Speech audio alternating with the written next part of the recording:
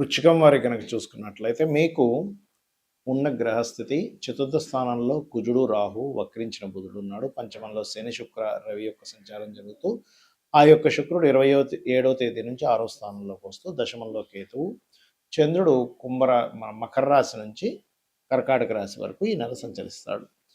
ఈ యొక్క గ్రహస్థితిని అనుసరించి మీకు ఎలా ఉండబోతుంది, ఏ విషయాల పట్ల మీరు ప్రత్యేకంగా జాగ్రత్తగా ఉండాలి, ఏ దేవతారాధన చేసుకోవాలి అనేటువంటి అంశాలు చెప్తుంది నేనైనప్పటికీ చెప్పిస్తుంది సాక్షాత్ లలిత అమ్మవారిగా భావిస్తూ ఆ లలితాంబిక అమ్మవారి యొక్క అనుగ్రహం మీకు పరిపూర్ణంగా కలగాలని మనస్ఫూర్తిగా కోరుకుంటూ, ప్రధానంగా ఇక్కడ గమనించుకున్నట్లయితే మీకు మీ యొక్క లగ్నాధిపతి ఎప్పుడైతే 4వ భావంలో ఉన్నాడో రాహుతో కలిసి, కొంచెం మీరు హెల్త్ విషయంలోని వాహనం మీద వెళ్ళేటప్పుడు కొద్దిగా జాగ్రత్తగా ఉండాలి.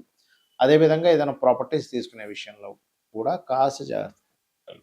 కాకపోతే ఫైనాన్షియల్ గ్రోత్ పెరుగుతుంది పంచమంలో శుక్రుడు వచ్చినందుకు, బికాజ్ ఆఫ్ శని శుక్రుడు కలిసి ధనస్థానాన్ని చూస్తున్నాడు కాబట్టి. మరియు అదేవిధంగా మరొక విషయం ఏంటంటే ఇక్కడ ఈ ఉద్యోగ సంబంధించినటువంటి విషయంలో మార్పులు సూచిస్తున్నాయి. ఉద్యోగం అంటే కొంతమంది చూడండి వర్క్ ఫ్రమ్ హోమ్ అంటూ ఉంటారు. సో ఇంటి నుంచే చేసుకునేటువంటి యోగం కూడా కనబడుతుంది పర్టికులర్గా. అలాగే మరొక విషయం ఏంటంటే ఇక్కడ ఈ కాంబినేషన్ ఏదైతే ఉందో, ఈ దశమ స్థానంలో కేతు ఎప్పుడైతే ఉన్నాడో, పంచమ స్థానంలోకి రవి ఎప్పుడైతే వెళ్తున్నాడో, ఇవన్నీ కూడా ఏంటంటే ఉన్న ప్రదేశం కాకుండా మీరు ఇతర ప్రదేశాలకు వెళ్ళి ఉద్యోగం కోసం ప్రయత్నం కనుక చేసినట్లయితే 100% ఆ యొక్క ప్రయత్నం అనేటువంటిది సక్సెస్ అవుతుంది, గుర్తుపెట్టుకోండి. అలాగే మరొక విషయం ఏంటంటే ఇక్కడ సంతానం కోసం చేసే ప్రయత్నం కూడా ఫలిస్తుంది, కొత్త పరిచయాలు ఏర్పడతాయి. కాకపోతే కాస్త మీరు వాహనము, గృహము, అదేవిధంగా ఏదైనా ప్రాపర్టీ, ఏదైనా పొలం తీసుకోవడం కానీ ఇట్లాంటివి తీసుకునేటప్పుడు మాత్రం చాలా జాగ్రత్తగా, చాలా కేర్గా ఉండాలి. ఇక మీరు నిత్యము చేయవలసినటువంటి దేవత ఆరాధన కూడా లలితా సహస్రనామాలు, అదేవిధంగా గణపతి యొక్క ఆరాధన. పంచమ స్థానంలో శుక్రుడు వచ్చాడు కాబట్టి కాలభైరవ అష్టకము, లలితా సహస్రనామాలు. ఉద్యోగ సంబంధించిన విషయంలో మరింత మీకు త్వరగా మీకు ఉద్యోగం కుదరాలి అని అనుకుంటే కనుక ఓం మాణిక్య మకుటాకార జానుద్వయ విరాజితాయై నమః అనే మంత్రం చేయండి. మరియు దీంతోపాటు కాస్త నువ్వులు కూడా కొంచెం దానంగా ఇవ్వండి. నువ్వులు, మినుములు, ఈ కందులు లాంటివి దానంగా ఇవ్వండి. నవగ్రహాల్లో ప్రత్యేకంగా కుజరాహు గ్రహాల దగ్గర దీపారాధన కనుక చేసినట్లయితే, మీరు ఇంటి నుంచి ఏదైనా బయలుదేరేటప్పుడు కూడా ఒక్కసారి స్కందుని తలుచుకొని కనుక బయలుదేరినట్లయితే ఖచ్చితంగా బాగుంటుంది. చాలామంది ఏంటంటే ఈ మనకు నెక్స్ట్ రాబోయేటువంటి ఉగాది విషయంలో కానివ్వండి, ఎందుకంటే మనకి పక్షంలో ఉగాది వస్తుంది కాబట్టి ఉగాదికి సంబంధించినటువంటి విషయంలో ఆదాయ వ్యయాలు, లేకపోతే రాజ్యభుజ అవమానాలు, ఏలినాటి శని, సర్పదోషాలు ఇవే చూసుకుంటుంటాం. అంటే కాలసర్పదోషం ఉంది కదా. అయితే వీటన్నిటికంటే ముఖ్యంగా మనం చూసుకోవాల్సిన విషయం ఏమిటి అంటే, మీరు మీ పర్సనల్ చార్ట్ అనేది ఒకటి ఉంది. ప్రతి జీవి కూడా వాళ్ళ యొక్క పూర్వజన్మలో చేసిన పాపకర్మలు, మంచి కర్మలు, వాటి వల్ల చార్ట్ అనేది మనకి క్రియేట్ అవుతుంది. పర్ఫెక్ట్గా ఆ యొక్క సమయంలోనే ఆ గ్రహస్థితి ఉన్నప్పుడే పుడతాడు జీవుడు. ఎవరెవరికి రుణపడి ఉన్నాడో ఆ రుణాలు తీర్చుకోవడానికి, ఎవరెవరు ఈయనకు రుణపడి ఉన్నారు వాళ్ళందరూ కూడా ఈ యొక్క జీవితంలో కలుస్తారు.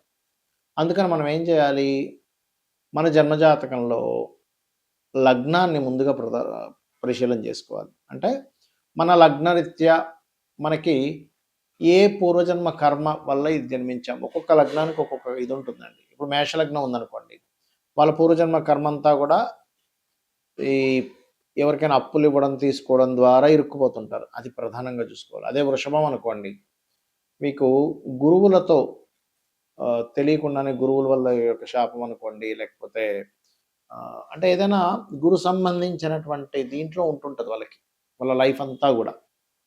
మిథునం అనవసరంగా అగ్రెసివ్ అవ్వకూడదు, దానివల్ల వీళ్ళు పూర్వజన్మ కర్మలో ఇరుక్కుంటారు. కర్కాటకం అనుకోండి, వీళ్ళకి ఎంతసేపు ఏంటంటే మదరు, ప్రాపర్టీ, వీటి నుంచే కనెక్టివిటీ ఉంటుంది పూర్వజన్మ కర్మ అంతా కూడా. అదేవిధంగా సింహం జీవిత భాగస్వామి, బిజినెస్లు, వీటితో సంబంధం ఎక్కువగా ఉంటుంది పూర్వజన్మ కర్మ. అంటే వీటికి మీరు పూర్వజన్మ కర్మతో సంబంధం కలిగి ఉంది. అదేవిధంగా కన్య అనుకోండి, ఇక్కడ కూడా ఏంటంటే కాస్త మదరు, ఎమోషన్స్, ఫుడ్ రిలేటెడ్ వీటితో ఉంటుంది. తుల అనుకోండి ఉదాహరణకి, ఇక్కడ కూడా కొంతవరకు మీకు ఈ కమ్యూనికేషన్స్ రిలేటెడ్ గురువులతో ఇబ్బంది, అంటే ఇబ్బంది అనుకోండి, మంచి అనుకోండి.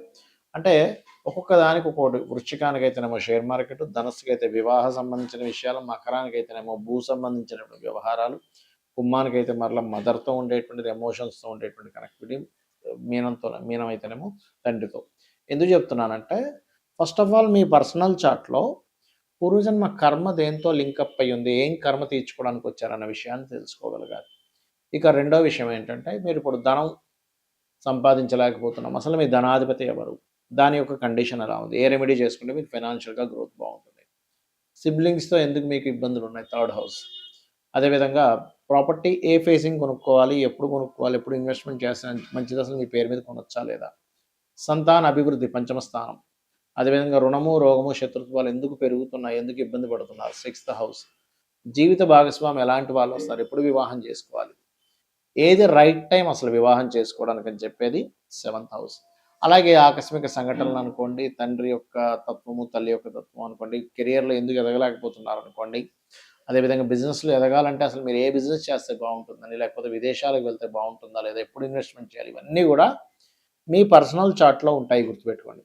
దీన్ని వదిలేసి ఏదో గోచారంలో ఎల్నాడ్సీన్ వచ్చేసింది, లేకపోతే అది బాగాలేదు, ఇది కేవలం 5 to 10% మాత్రమే దీని ప్రభావం ఉంటుంది. అయితే ఆ 5 to 10% కూడా మీరు ఎందుకు రిస్క్లో పడాలి అనే దాంతో ఈ గోచారం ఎలా ఉంది, ఈ గ్రహస్థితి ఎలా ఉంది, ఈ జాగ్రత్తలు తీసుకోండి అని చెప్తూ ఉంటాం. కానీ మీరు అర్థం చేసుకోవాల్సింది ఏంటంటే, మీ జన్మజాతకము, మీ పర్సనల్ చార్ట్లో లగ్నం నుంచి 9 గ్రహాలు 12 భావాల్లో ఎక్కడెక్కడ స్థితి పొందాయి, దాని మూలంగా ఎలాగా. సరే, కొంతమందికి జాతక చక్రం ఉండదు, అప్పుడు ఏం చేయాలి, సింపుల్గా ఏం లేదు, ఉదయము సాయంత్రము లలిత చేసుకోండి.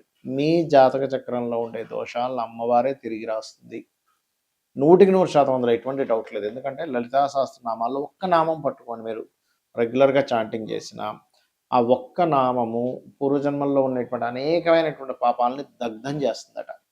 కాబట్టి ఇలాగైనా చేయండి, కనీసం శ్రీమాత్రే నమః. లేదంటే నాకు ఫైనాన్షియల్గా ఇబ్బంది ఉంది, ఓం సంపత్కరీ సమారూఢ సింధుర వ్రజ సేవితాయే నమః. హెల్త్ బాగాలేదు, ఓం సర్వవ్యాధి ప్రశమని సర్వమృత్యు నివారిణి అగ్రగణ్య అచింత్య రూప కలికల్మష నాశినే నమః. ఇలాగా ఒక్కొక్క నామాన్ని ఒక్కొక్క దీన్ని బట్టి మీరు చేసుకుంటూ వెళ్ళవచ్చు, గుర్తుపెట్టుకోండి. ఆ రకంగా ఏంటంటే ఎప్పుడైనా సరే ఒకటే గుర్తుపెట్టుకోండి, మీరు ఏదైనా ఒక నామం చేసేటప్పుడు పర్టికులర్గా ఏంటంటే మనసుతో చేయండి, ఇది నాకు ఖచ్చితంగా నన్ను రక్షించి తీరుతుంది, పూర్వజన్మ కర్మని తగ్గిస్తుంది అనేటువంటి మనసు దానికి కనెక్ట్ అవ్వాలి. మనసు కనెక్ట్ అవ్వకపోతే మీరు ఆ నామం చేసినప్పుడు రావాల్సినంత పూర్తి ఫలితం రాదు, ఇది గుర్తుపెట్టుకోండి. అలాగే ఇంట్లో ఉండే వాస్తు సంబంధించినటువంటి విషయాల్లో కూడా అసలు వాస్తుపరంగా ఎలా ఉంది, ఉత్తరంలో ఏమైనా బాత్రూమ్ లెట్రిన్స్ ఉన్నాయా, ఇంట్లో ఉండేటువంటి రంగులు ఏమిటి, ఇవి కూడా దీని ప్రభావం చూపిస్తూ ఉంటుంది. కాబట్టి ఇవన్నీ చెయ్యండి, తెలుసుకోండి, ఖచ్చితంగా మీ లైఫ్ బాగుంటుంది. ఇవన్నీ శాస్త్రాలు, మూఢనమ్మకాలు కాదు. సో కాకపోతే ఏంటంటే, ఇప్పుడు చూడండి, మనకి డాక్టర్స్ కావచ్చు, ఇంజనీర్స్ కావచ్చు, లేకపోతే మనకి మెకానిక్ వెళ్తే బండి వెహికల్ చేసి రిపేర్ చేసేవాడు కావచ్చు, వాడు సరిగ్గా పూర్తిగా తెలుసుకోకపోతే ఏమవుతుంది, ఒకదానికోటి చేస్తాడు. అలాగే శాస్త్రాన్ని పూర్తిగా తెలుసుకునే ప్రయత్నం చేయండి. శ్రీమాత్రే నమః.